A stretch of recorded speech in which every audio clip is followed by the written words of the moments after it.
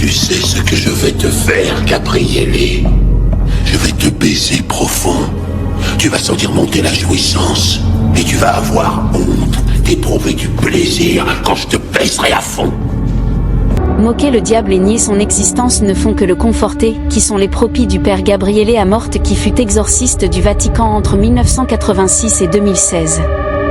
Le 4 juin 1987, le prêtre Gabriele Amorth se rend dans la ville de Solamirive afin de délivrer un homme possédé par les démons. Arrivé avec son sac, il verra un vieux assis sur une chaise qui le conduit à patient possédé par Satan. Son collègue prêtre lui dit que le garçon possède des signes classiques de possession. Gabriel s'approchant de l'homme possédé demanda de lui amener un porc afin qu'il puisse délivrer l'homme du démon. L'homme possédé et agonisant dit « Je suis Satan ». Tu doutes de moi? C'est Satana.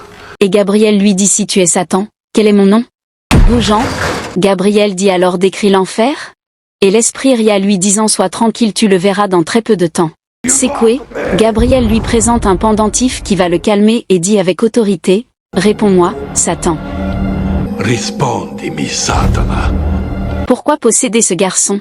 Pourquoi pas un être plus influx? Et le diable lui répond, je possède qui je veux. Gabriel lui dit alors tu peux posséder le père Gianni? N'importe quoi! J'en crois pas un mot. Je ne crois même pas que tu puisses posséder ce porc. Agonisant, Gabriel lui dit prouve-moi que tu es le prince des enfers?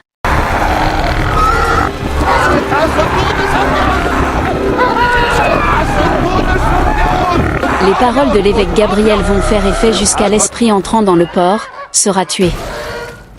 Le père Gabriele avec sa main, le calme disant, Dieu te bénit et dors à présent mon fils car le démon t'a quitté. Calme. Dors à présent mon fils. Le démon t'a quitté. Le 1er juillet 1987, des soi-disant touristes vont se rendre dans un lieu loin afin de passer les vacances dont Amy, Henri et Julia leur maman. Arrivés au lieu, ils vont se contempler de l'architecture de la maison et vont rencontrer le père Esquibel qui les souhaite la bienvenue tout en les présentant la maison. Henri curieux va découvrir un trou à partir duquel il verra une fissure de mur.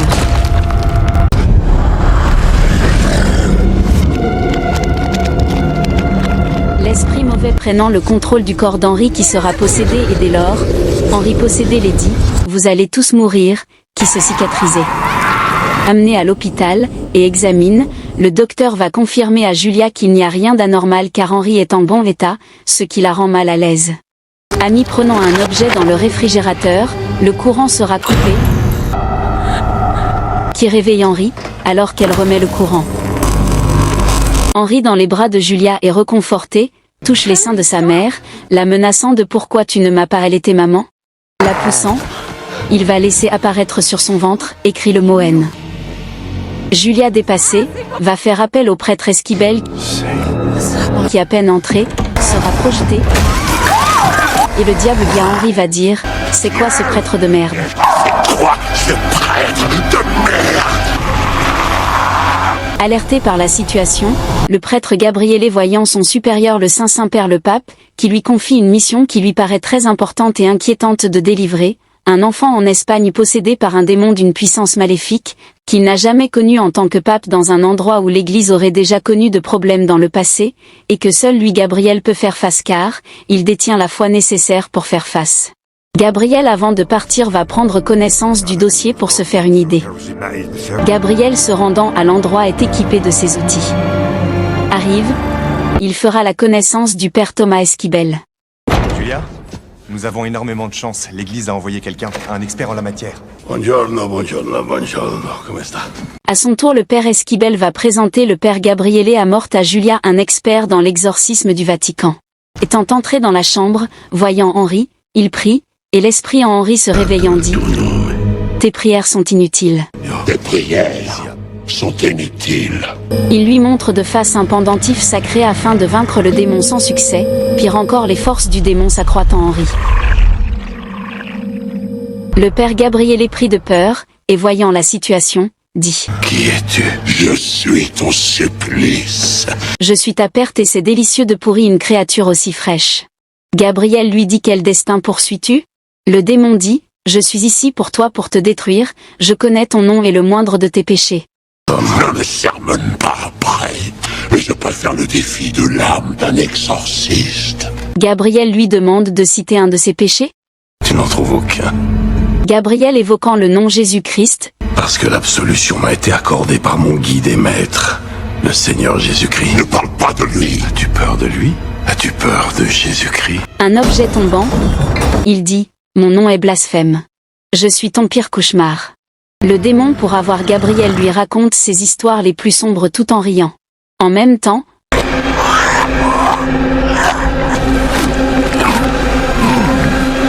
Henri va crachant un oiseau de sa bouche et Gabriel sera embrouillé. Hanté par LS fait, il va sortir de la salle. Gabriel demande au père Esquibel s'il a mentionné son nom à quelqu'un dans la salle, le père Esquibel va dire non. Gabriel dit que le démon en Henri dit des choses qu'il n'est pas censé savoir. Il va questionner la mère d'Henri Julia lui disant que son fils Henri est sous l'influence d'un démon d'une puissance immense et l'amener loin de la maison pourrait lui être fatal et la seule chance de le faire revenir de sa situation est que vous ayez confiance en Dieu. Aussitôt, elle va s'effondrer en larmes.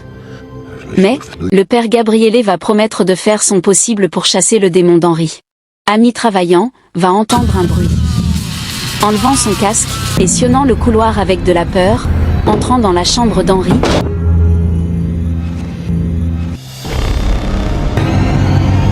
et faisant face à Ami, il dit « Je suis en enfer ». Je suis en enfer.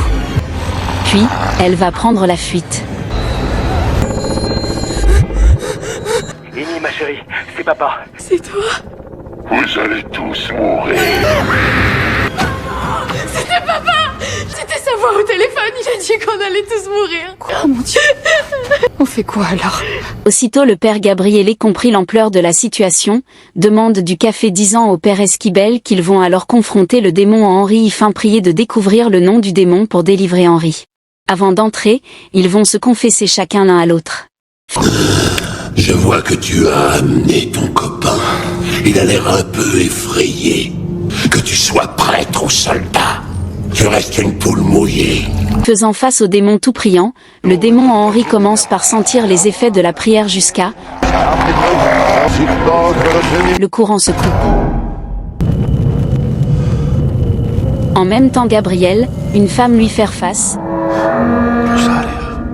disant que ton passé de péché va te hanter, qui s'assombrit.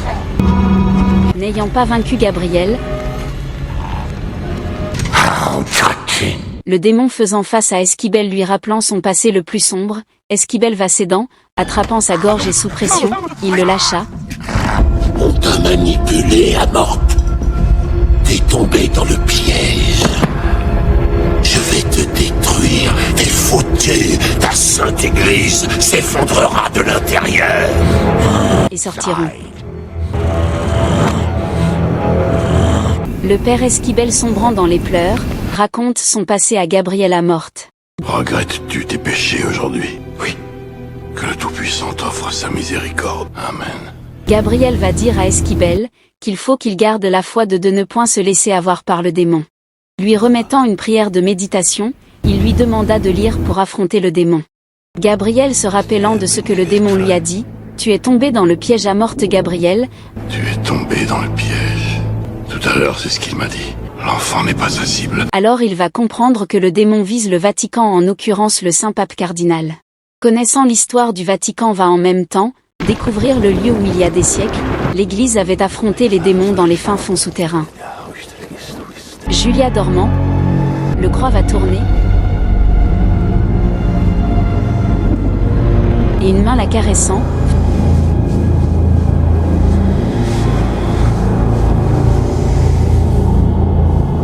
ferma sa bouche essayant de la tuer,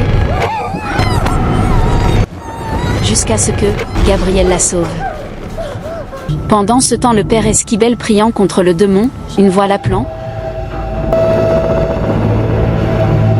Entrant, et voyant un Henri dormant, s'approchant de près, Henri le mort disant « Personne ne sortira d'ici vivant » et le pousse, tout en se réjouissant.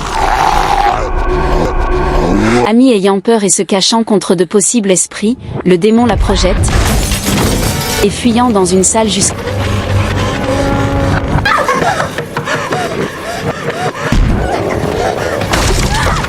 qu'Esquibel intervient.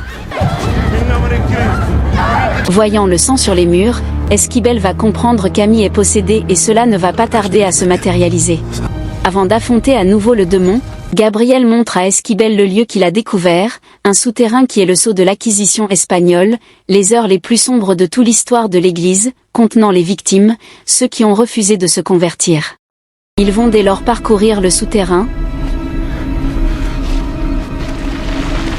découvrant un trou à partir duquel Gabriel, cassant le mur jusqu'à pousser la porte d'entrée, réveille le démon en Henri qui reconnaît que sa cachette est découverte. Poussant leur curiosité, ils découvrent des cadavres dont l'anneau du cardinal, dernier protecteur.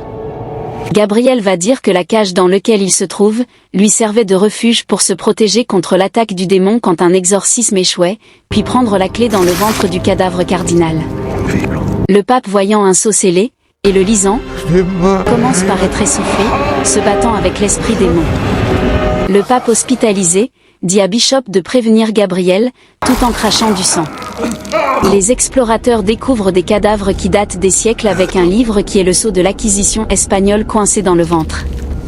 Julia avec une seringue en main voulant stériliser Henri, avec Amy à côté de lui, qui riant ensemble, tous diront « Tout va bien, maman.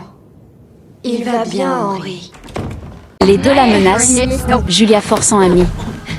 Henri la projette de loin, attrapant son cou. Le démon commence par posséder Amy la balançant en l'air. Les deux souffrant et le démon sur le point de les tuer.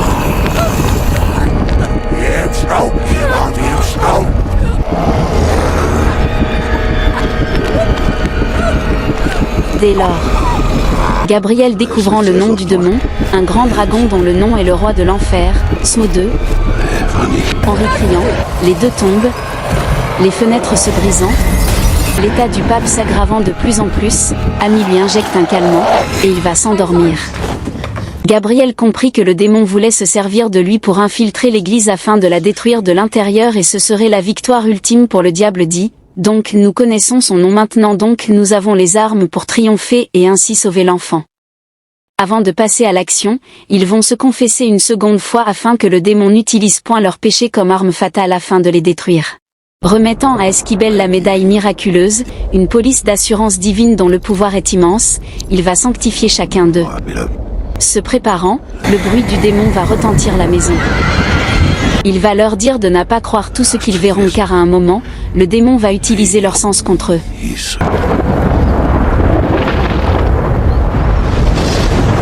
Entrant dans la chamber, Henri attaché, le démon à travers lui va les confronter, les poussant à prier. Le démon essayant encore une fois d'amadouer Gabriel et Esquibel par des illusions.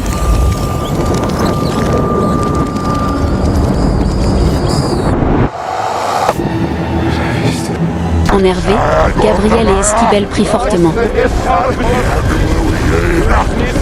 Sentant les effets d'un feu ardent, Henri s'écroule. Croyant qu'il est à l'abri, le démon commence par bouger en Henri, qui s'évanouit à nouveau. Dès lors, ils verront l'écriture « Dieu n'est pas ici » et par la suite Amy possédée.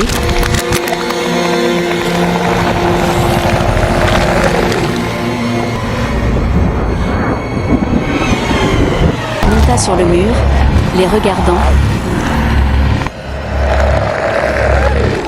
et tomba.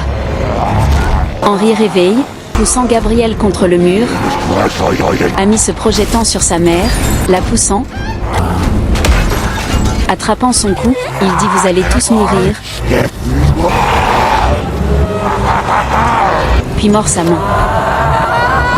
Le démon attrapant le père Esquibel avec une corde,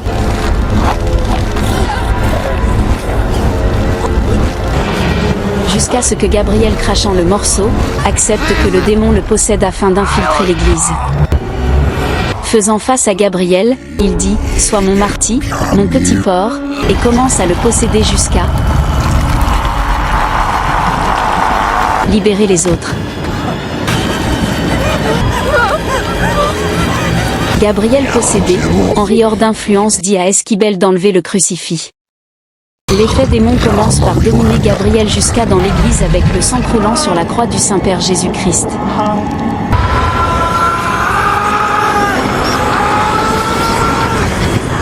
Le démon le bouscule de part et d'autre.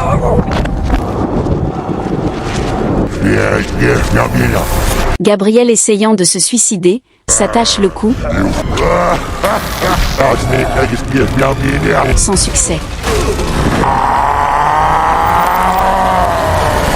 Julia, Henri et Amy vont poursuivre lui chemin en s'échappant. Le démon va alors conduire Gabriel vers le sous-sol, le lieu où il abrite. Arrivé, il verra une ange devant lequel il va s'agenouiller, alors que c'est un démon. Esquibel venu, verra Gabriel assis sur le trône du démon qui dit ton ami n'est plus là de retourner chez lui. Esquibel têtu, le démon frappa la terre disant « Dieu n'est pas ici ». Esquibel commence par lui envoyer des paroles incantatoires de la parole divine qui affectant Gabriel sur lequel, le démon perd de plus en plus son influence. Gabriel, suspendu en l'air, lutte contre le démon. Dès qu'Esquibel dit « Au nom de Jésus-Christ de Nazareth », Gabriel écarta sa bouche jusqu'à être projeté, poussant Esquibel de loin. Les deux attaqués par des personnes qui ont été victimes de leurs péchés qui reviennent de l'enfer d'une part Athéna l'amour intime de Esquibel et Sophie celle dont Gabriel n'a pas été en mesure de sauver qui les torture. Esquibel dans l'eau, mettant un médaille sur son front, elle s'explose. Ainsi, Gabriel s'y balance sa tête, s'explose. Le démon agonisant, les deux envoient des paroles incantatoires disant « Au nom de Jésus-Christ soumets-toi à Dieu » qui s'explosant, retourne en enfer. Délivrance réussie, Gabriel remercia Esquibel de l'avoir aidé à vaincre le démon et pour fêter la victoire, Gabriel va boire une gorgée d'alcool, lui disant la voix de l'Éternel est impénétrable. Les voix des seigneurs sont impénétrables. Tout le monde sait ça.